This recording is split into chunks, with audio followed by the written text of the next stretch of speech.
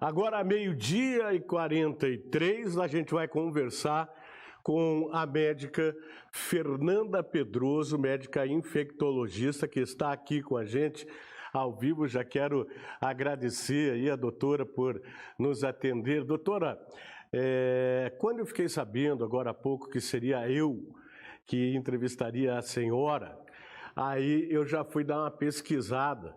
Eu saí agora, recentemente, da Covid, né? Graças a Deus, na quinta-feira passada eu recebi alta. E eu fui pesquisar, porque a gente, quando está com a Covid, paira, né? Muitas perguntas, dúvidas, e a gente ouve muita coisa e fala muita coisa, que eu gostaria de transformar essa entrevista com a senhora numa coisa bem popular, assim, nas perguntas que eu observei, que a população tem mais dúvidas ainda, por incrível que pareça. Primeiramente, obrigado, viu, doutora? Prazer é meu estar falando aqui com vocês. Prazer é nosso. Doutora, quem toma, veja, eu vi as perguntas, as principais dúvidas eu pesquisei agora há pouco, separei algumas, porque ainda tem gente que acha que tomando a vacina pode pegar, pelo fato de tomar a vacina, acaba contraindo a Covid. Existe essa possibilidade, doutora?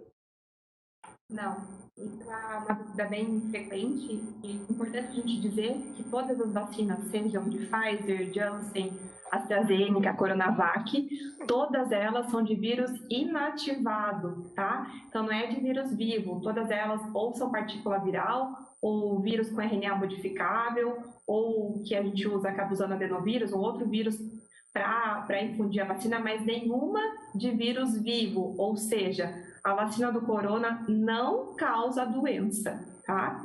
Isso é muito importante a senhora dizer, porque, por incrível que pareça, tem muita gente que acha que sim, né?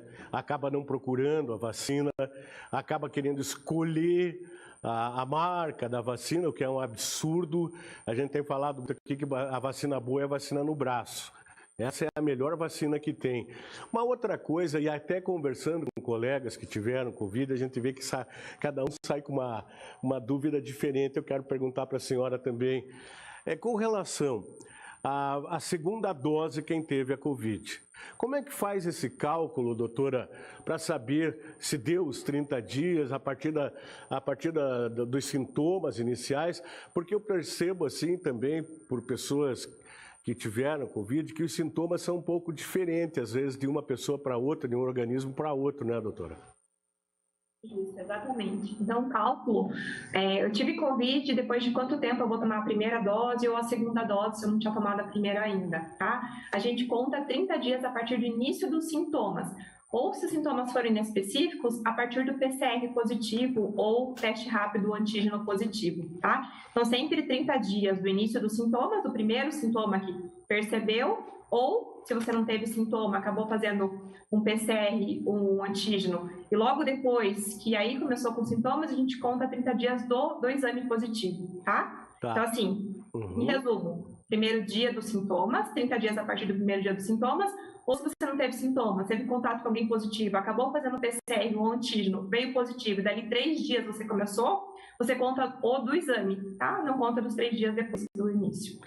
Eu estou falando com a senhora também um pouquinho da minha experiência da Covid, né?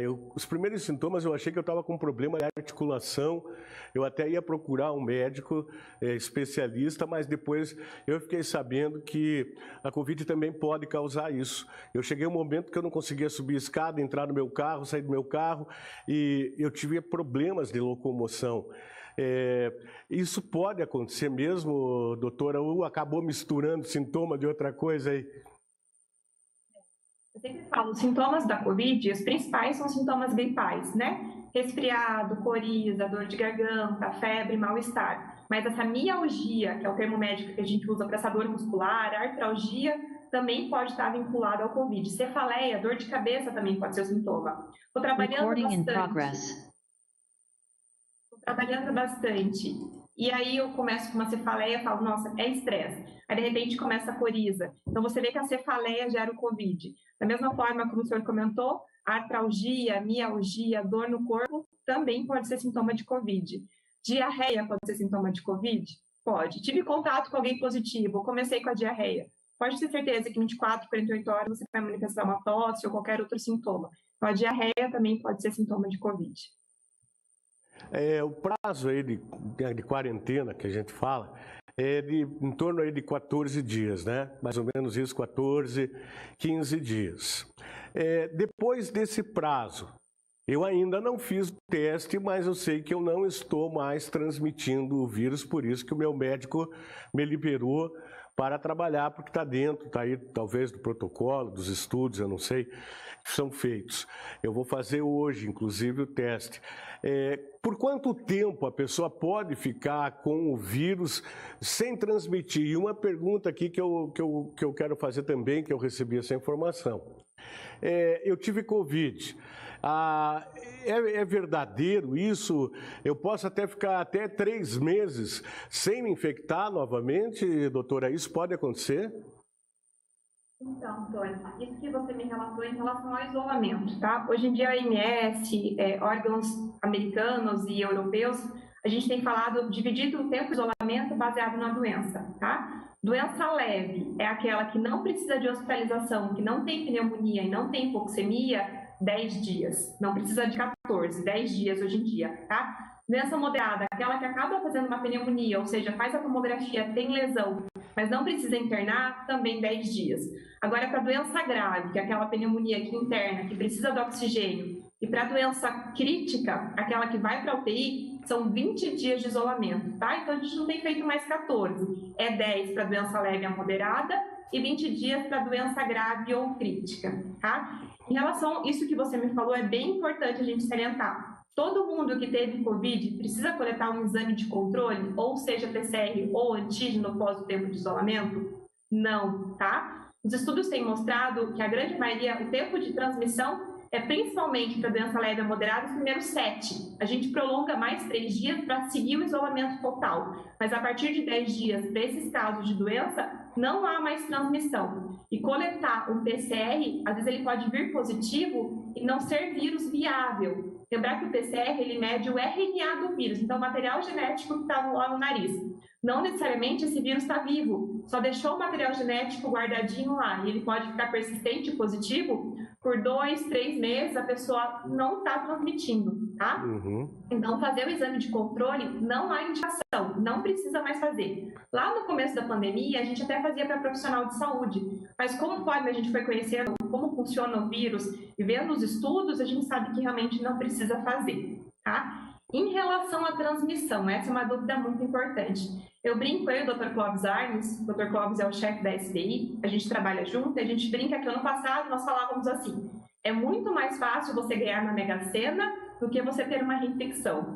Claro que a gente viu que não é bem assim. Por quê? Porque o vírus começou a circular de tal maneira que a gente começou a ter mutação viral. E tendo mutação viral, isso é Darwin, isso é evolução natural da espécie, tá? Tá circulando, ele começa a mutar. A hora que ele mutação, ele fez variantes que começaram a ter uma função diferente. A variante começou a atacar a mesma pessoa. Tem várias pessoas que tiveram reinfecção, foram por variantes diferentes. Então, a gente sabe que reinfecção acontece, mas que ela é rara, é menor de ocorrer nos primeiros 3 meses, tá? Então, eu tive a doença, se eu daqui 1 mês tiver sintomas de Covid de novo e fizer o exame, eu não consigo te dizer que foi uma reinfecção. Provavelmente foi a mesma doença que se prolongou ou um outro vírus que está causando. Então, essa história de que tive a doença 3 meses depois, em 3 meses eu ainda estou protegido, ela existe, mas a gente tem que cuidar porque a gente pode ser veículo de transmissão para outras pessoas que não têm. Eu posso estar assintomática, ter o vírus circulando e estar transmitindo para alguém, mas eu não posso estar com sintoma, entendido? Então, assim, essa proteção por 3 meses, a gente sabe que existe, mas ela tem que ser cuidada, né? Por isso que eu vou andar sem máscara, que eu vou aglomerar, porque eu posso estar carregando o vírus.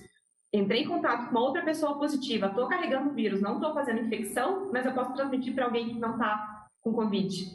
Entendido? Olha, importantíssima a sua resposta, muito esclarecedora.